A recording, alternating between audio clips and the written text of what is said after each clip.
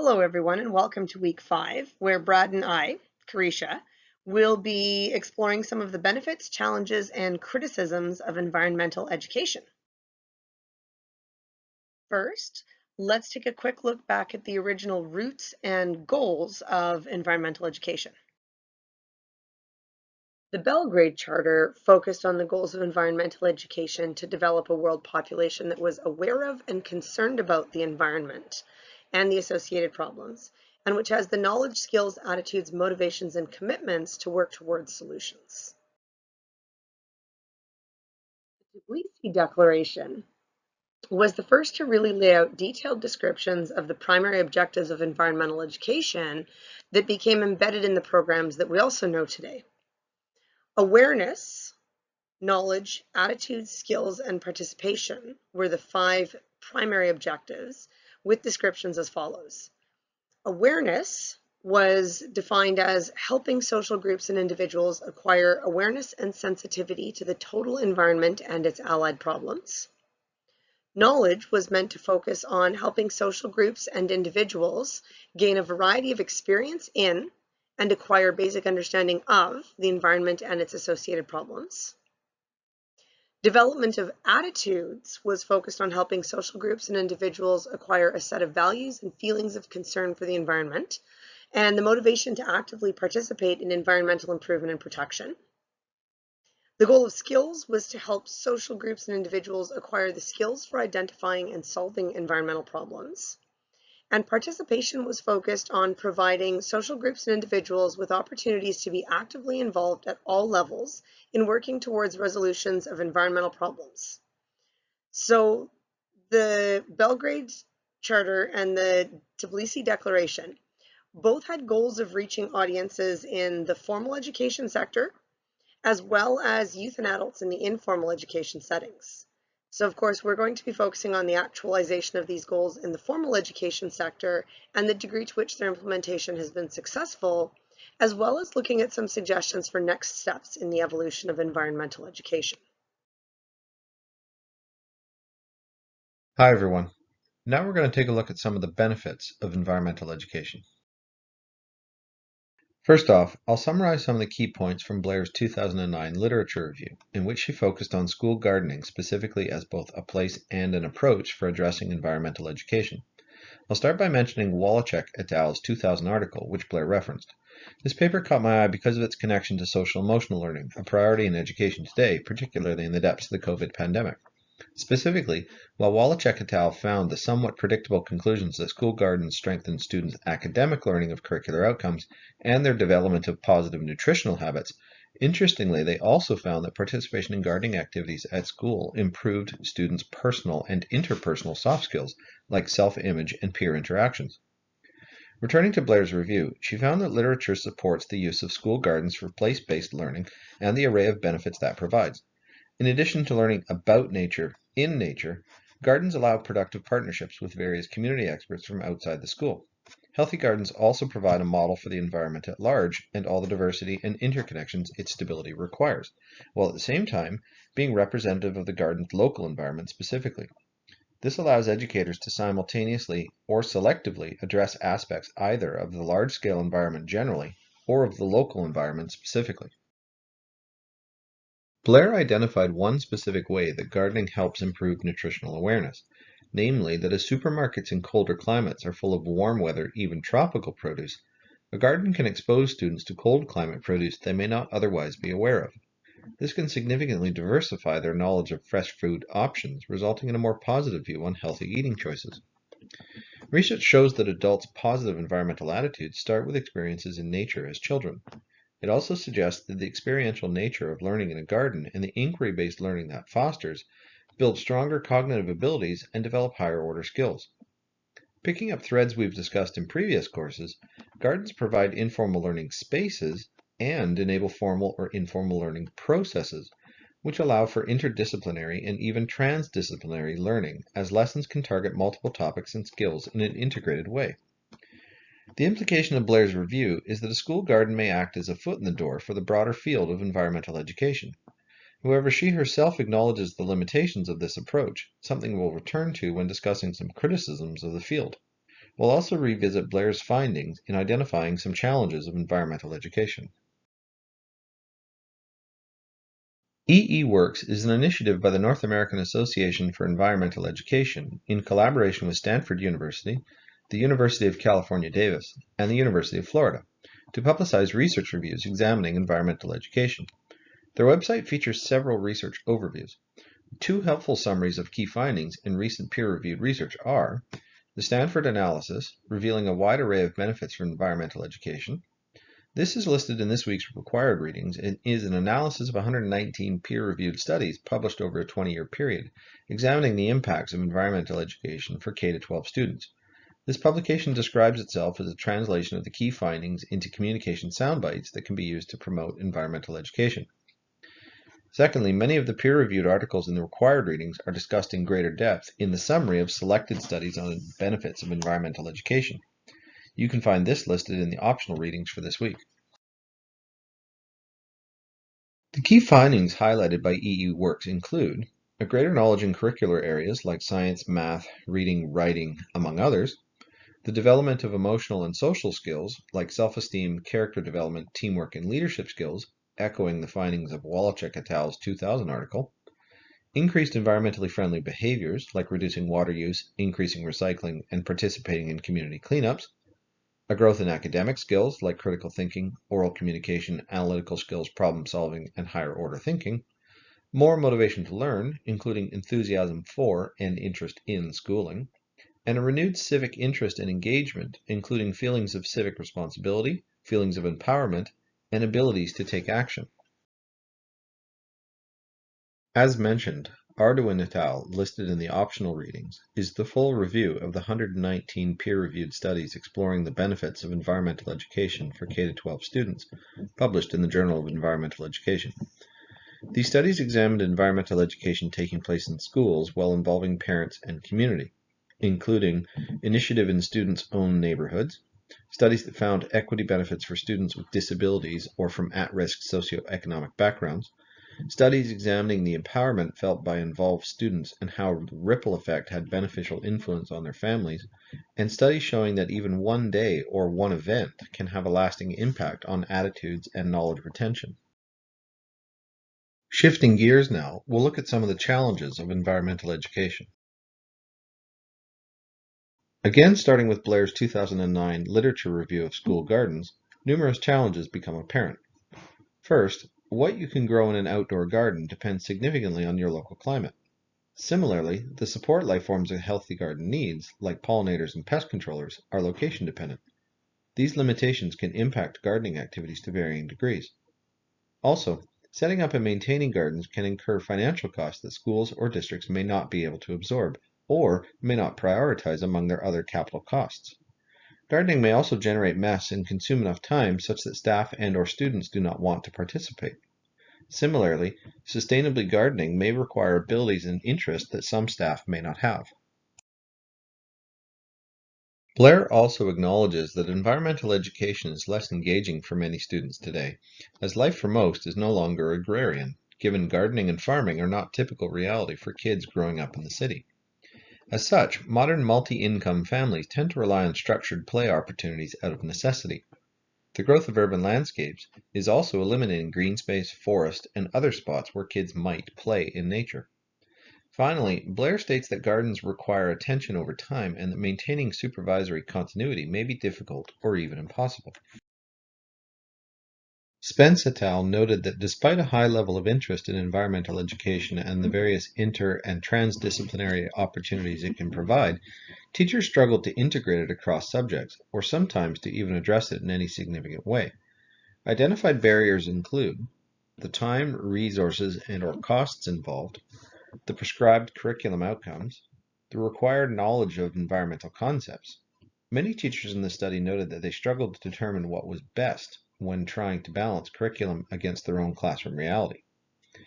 Access to nature, and support from supervisors and colleagues, including the willingness to explore interconnected, interdisciplinary thinking within a school. The first three all relate back to policy, with a disconnect between curriculum and classroom reality. Spence et al. Note that many of these challenges are rooted in a power imbalance between what committees at the provincial level dictate is viable versus what classroom teachers face in reality. From challenges with implementation, we will now move to look at some direct criticisms of environmental education. Blair, for starters, had criticisms about the target audience for environmental curriculum, being primarily focused at younger grades. Blair also took issue with how research studies analyzed the impact of environmental education, noting that sample sizes were often small, which diminished generalizability of the results, and that the studies often lacked control groups or adequately controlled variables. There was also concern about bias creeping in at several stages in the research process, from programs being initiated by the study authors themselves to non-response biases for surveys, as well as a lack of longitudinal follow-up to determine any long-term impacts of environmental education programs.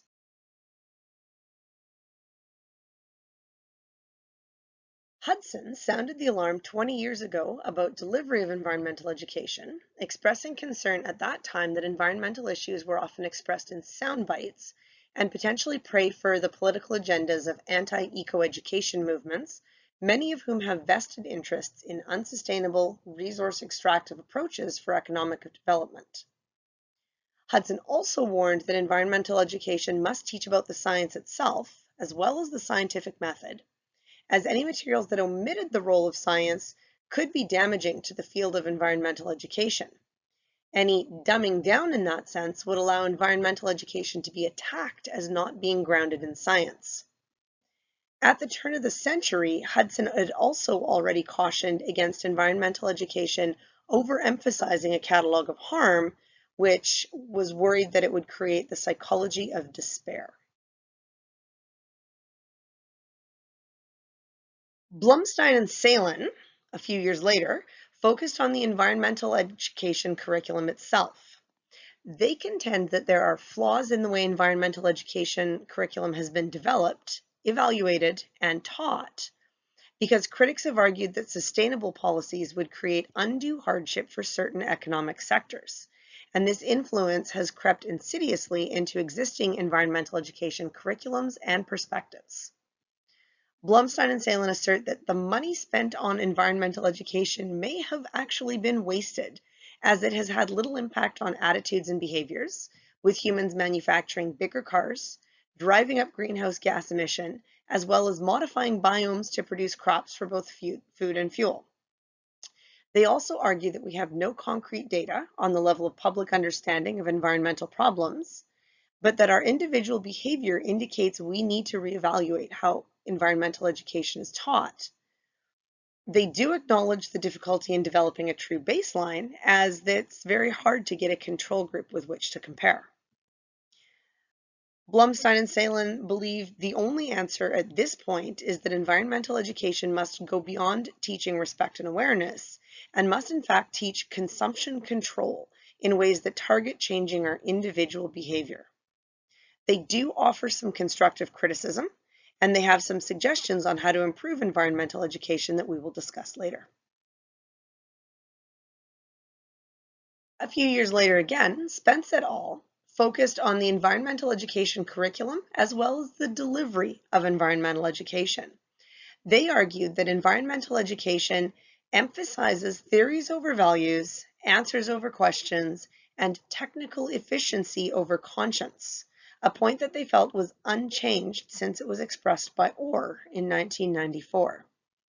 They believe that environmental education has not been effectively integrated into elementary grades, and that at all K-12 levels, environmental education is heavily influenced by teachers' education perspectives, which are underdeveloped due to inadequate training. Their research highlighted 4 key themes impacting the viability of environmental education. These were inconsistent understandings about environmental education, teachers' personal and professional values surrounding environmental education, how environmental education is situated in the curriculum, and they noted key challenges to implementing environmental education in the classroom. Spence et al. Used a word cloud to create a visual representation of the semi-structured interviews that they conducted with 18 teachers from the Halifax Regional School Board in Nova Scotia.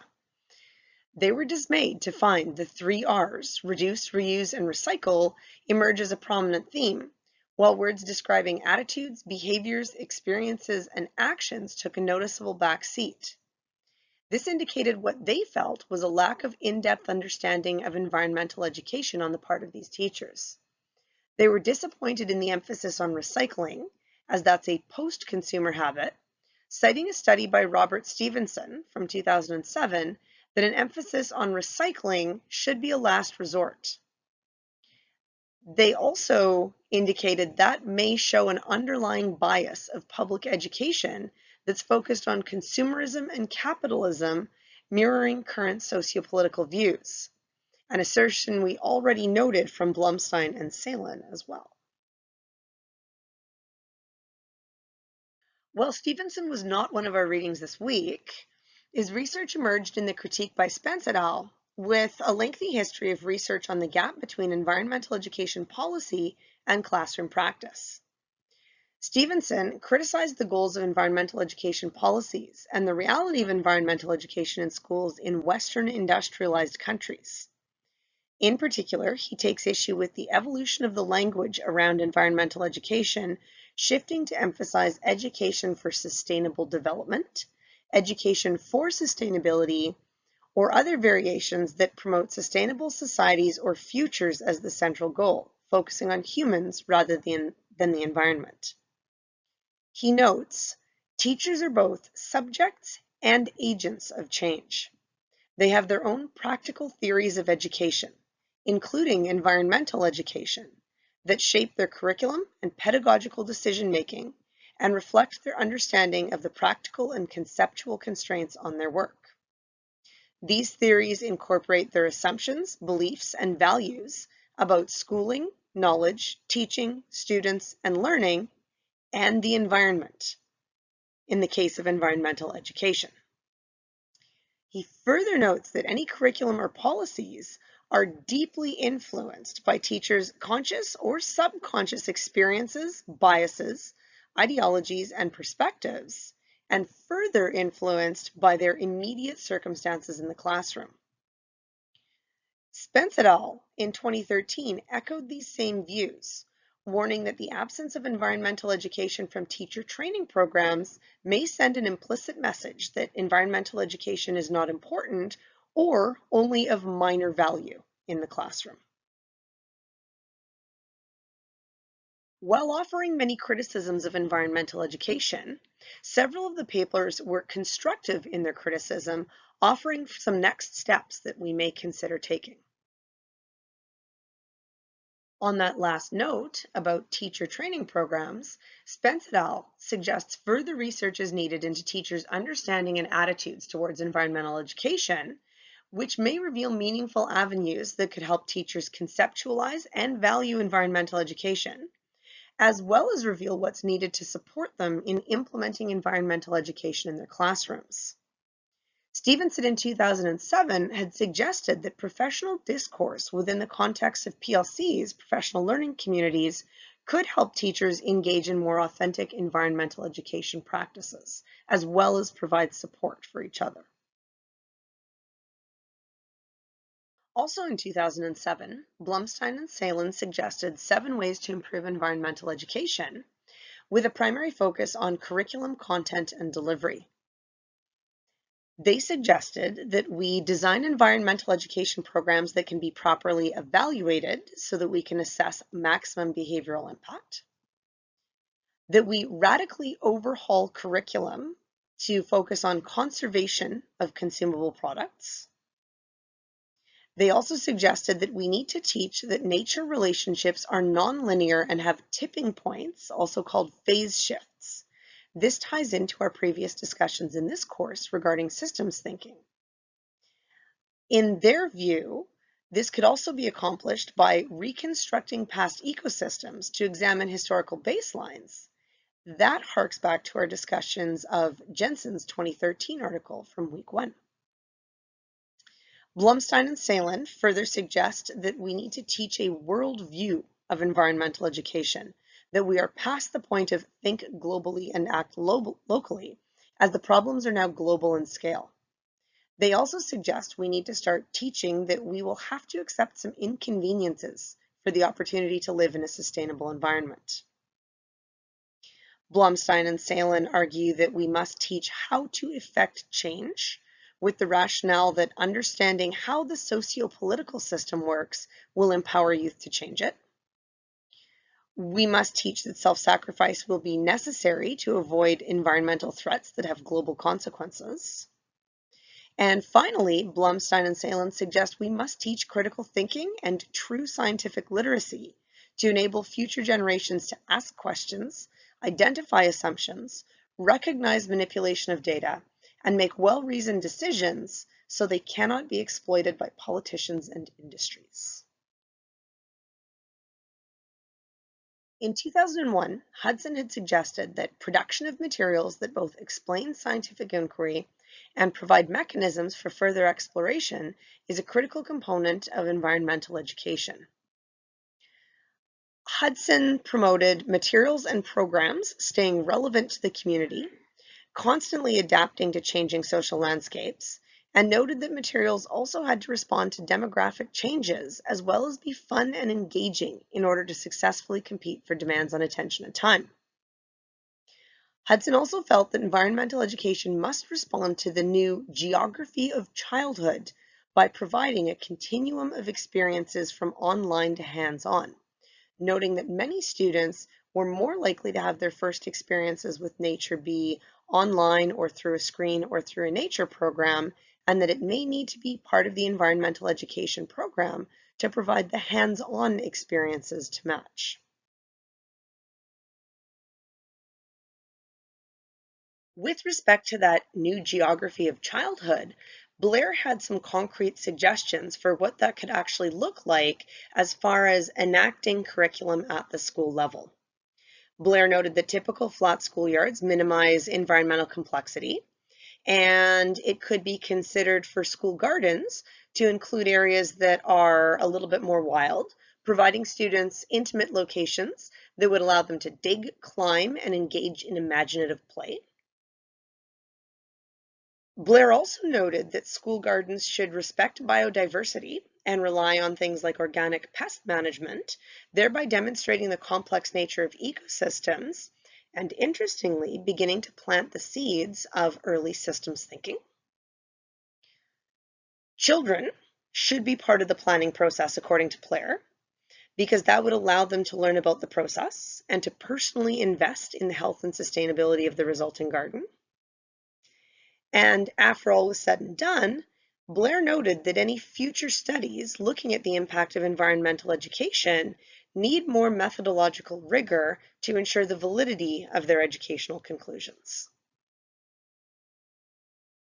As far as next steps for the future moving forward with environmental education, at the turn of the century in 2001, Hudson had suggested that a successful environmental education program was going to need to avoid the psychology of despair. And that is a message that I've heard echoed many times in professional development workshops by numerous environmental organizations. Specifically, Hudson pointed to Jane Goodall for inspiration, as she offers 4 forces that will instill hope for the future. She suggests we focus on the power and creativity of the human brain to solve problems, the resiliency of nature once we approach it from a position of respect, the strength and vitality of young people around the world, and the indomitable human spirit, and that these 4 things and focus on them will give us hope moving forward. Hudson also suggested that to become involved in respecting nature and protecting the environment over the long term, people need to have a sense of hope and gratification from environmental education. Hopefully, our summary of the rationale for environmental education, as well as some of the benefits, challenges, and criticisms of the field, have left you with lots of thoughts about what can happen next, either in your classroom or in education at large. So for this week's discussion, we leave you with the following 4 discussion questions. With our discussion questions this week, we've tried to encourage connections between what you've read and things that you've learned about environmental education and your own practice, both what you're currently doing and what you might do moving forward. We look forward to your postings on the board.